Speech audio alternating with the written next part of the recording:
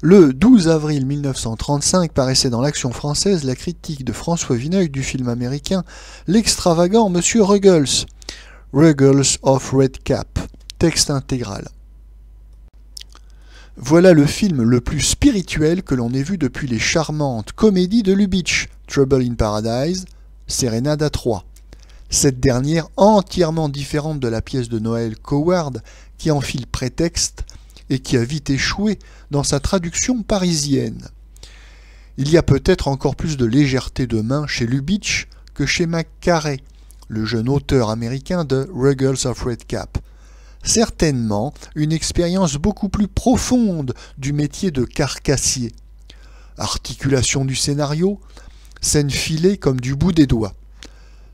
Mais Lubitsch prête sa virtuosité à la traditionnelle pièce triangulaire.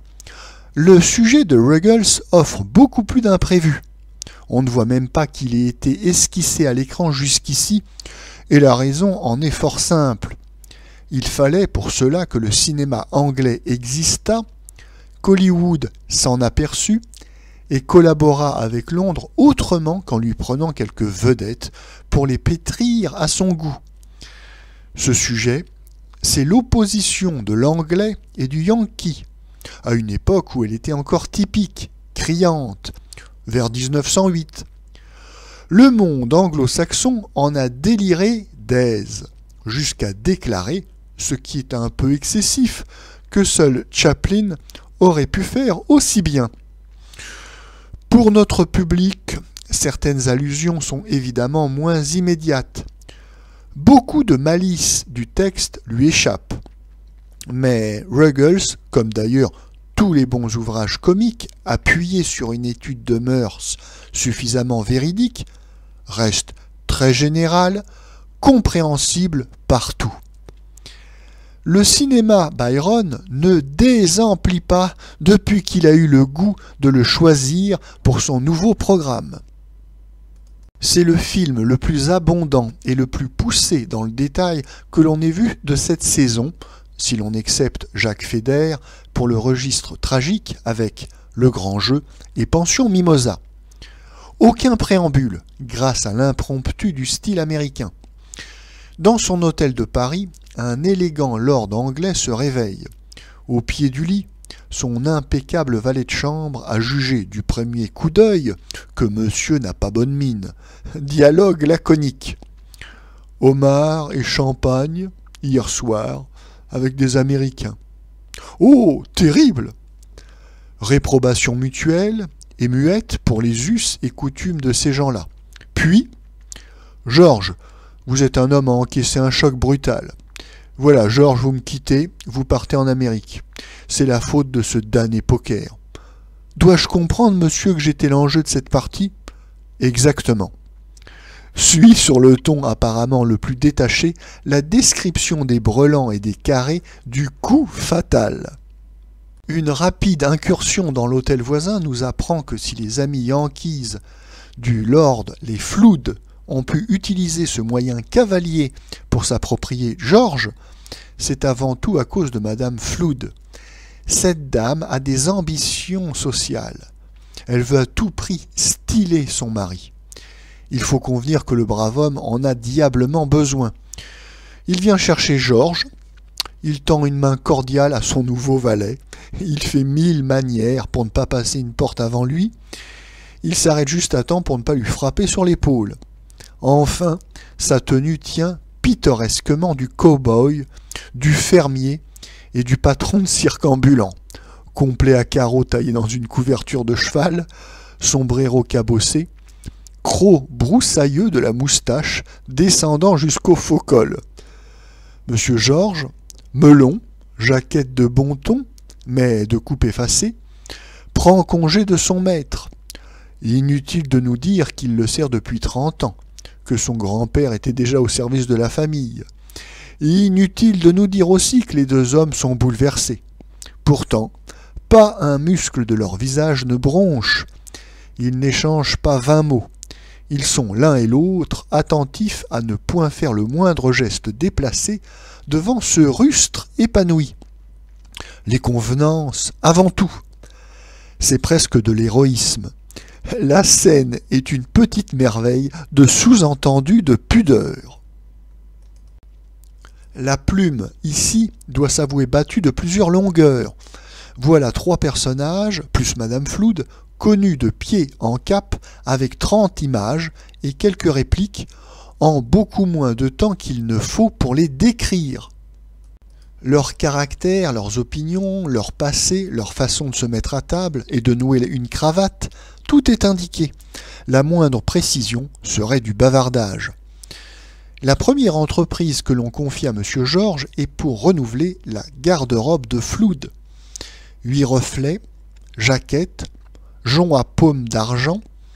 M. Flood se résigne à tout, sauf à la guêtre blanche, en dépit de l'axiome décisif de son valet. La guêtre, monsieur, c'est ce qui distingue l'homme habillé de l'homme vêtu.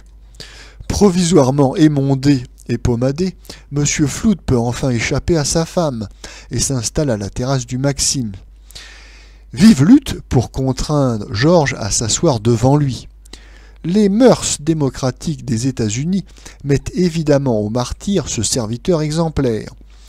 Mais M. Flood, oubliant la majesté de son haut de forme, bondit tout à coup sur la chaussée, arrête un fiacre, en extrait un escogriffe du plus pur type Buffalo Bill, un voisin de Red Cap, l'heureuse cité de Flood. Dans la joie de la rencontre, voilà les 2 Yankees redevenus de vrais cow-boys. Cri à l'indienne, exclamation homérique d'un Homère Sioux. Ouya, vieux crapaud pourri! Ah oui, vieux renard rouge! Buffalo saute sur le dos de Flood et ils font un petit galop sur le boulevard. La scène est à peine un peu trop appuyée. C'est la seule de tout le film qui soit franchement caricaturale. Cela continue par des libations de whisky soda, si contagieuses que Georges lui-même s'y abandonne, et la soirée s'achève sur les chevaux de bois de la fête à Montmartre. Madame Flood, une Madame Verdurin du Far West, décide que le séjour de Paris ne vaut plus rien à son époux. On va rejoindre Red Gap dans l'État de Washington, par-delà les montagnes rocheuses. M. Georges a retrouvé sa dignité, mais sa vie intérieure est fort agitée. Il voit une plaine nue, des bisons, une diligence, des peaux rouges qui assaillent la guimbarde. Il entend une mousqueterie diabolique. Des peaux rouges, c'est beaucoup dire. On arrive à Red Gap par la voie ferrée, mais un cow-boy enthousiaste pour fêter le retour des Parisiens se livre sur le quai de la gare à des exercices de haute école qui terrifient M. Georges. On renonce à raconter la suite par le menu, à dépeindre la belle-mère, celle qui a enrichi toute la famille en achetant des terrains pétrolifères, vieille gaillarde, trapue, drue, beauté, le mégot aux lèvres. Ou la gentry de Red Gap, ces dames qui se disputent l'honneur d'avoir lancé la mode du napperon sous les rince-doigts. Des nouveaux riches, les uns d'un snobisme ingénu, les autres, comme Flood, qui n'ont pas encore pu renoncer, malgré leurs dollars, à la bonne franquette de leur jeunesse, se cachent de leurs femmes pour enfiler une brave chemise à carreaux, toper dans la main des bouviers qui les tutoient, et vider une pinte dans des bars datant encore de l'époque de la ruée vers l'or. Le valet, que M. Flood présente familièrement partout, passe bientôt pour un colonel de l'armée britannique. Il faut le voir, flatté à la fin de cette nouvelle condition, faisant sa cour à une ménagère, avec des bottes et des éperons qui le gênent beaucoup, et un petit chien qui l'inquiète prodigieusement en dépit de cet appareil martial. Cela, c'est vraiment l'esprit de l'idylle au champ de Chaplin qui ressuscite. Encore une scène charmante, l'arrivée du Lord à Red Gap et les débuts de son américanisation. Il se risque à porter un chapeau à large bord sur son smoking. Il est très vite touché par la gentillesse, la gaieté d'une petite cabaretière qui est aussi un peu chanteuse. Il veut absolument l'accompagner avec une grosse caisse, un tambour et des cymbales, qui annoncent à cette époque du cakewalk la batterie du jazz. Il est distrait par le profil de la blonde enfant, il oublie de frapper, ou il se trompe dans la mesure. Ce n'est rien sur le papier, mais c'est fait à ravir.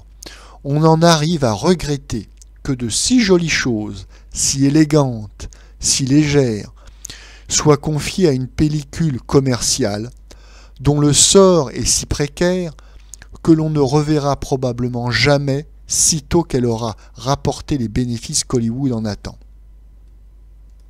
Mac Carey, faisant de son valet un pseudo-colonel, fait évincer le quiproquo vaudevillesque qui paraissait obligatoire, comme il a su éviter les oppositions trop lourdes qui l'eussent incliné vers la farce. Le film, jusqu'au bout, est délicieux dans le détail. Les moustaches de M. Flood, taillées à Paris, ont repoussé plus qu'à moitié.